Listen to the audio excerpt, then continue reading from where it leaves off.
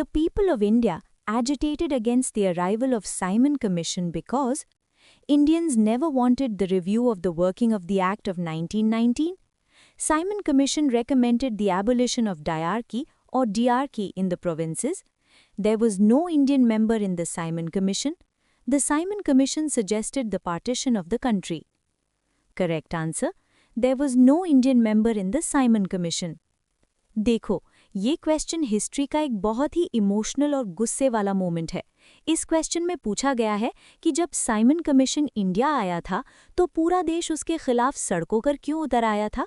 इसका सिंपल सा रीज़न ये है कि हम इंडियंस को एक बहुत बड़ी इंसल्ट फील हुई थी। बात ये थी कि साल 1927 में अंग्रेज सरकार ने 7 लोगों की एक टीम बनाई जिसका लीडर सर जॉन साइमन था। इस टीम का काम था इंडिया आकर ये डिसाइड करना कि इंडिया का कॉन्स्टिट्यूशन कैसा होना चाहिए और देश कैसे चलना चाहिए। अब प्रॉब्लम ये नहीं थी कि वो लोग आ रहे थे, प्रॉब्लम ये थी कि उस 7 लोगों की टीम में सातों के सातों अंग्रेज यानी ब्रिटिश वाइट मैन थे। उसमें एक भी इंडियन मेंबर नहीं था।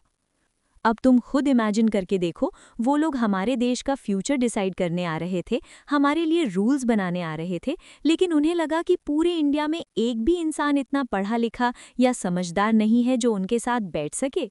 ये तो वही बात हो गई ना कि तुम्हारी घर के फ्यूचर के बारे में फैसला लिया जा रहा है, लेकिन तुम्हारी फैमिली के किसी भी मेंबर को उस मीटिंग में बोलने की परमिशन ही नहीं है।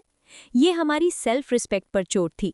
इसलिए कांग्रेस, मुस्लिम लीग और सारी पार्टीज ने गुस्से में कहा कि हमें ऐसा कमीशन नहीं चाहिए जो हमें ही शामिल ना करे। सब ने मिलकर साइमन गो बैक के नारे लगाए और काले झंडे दिखाए।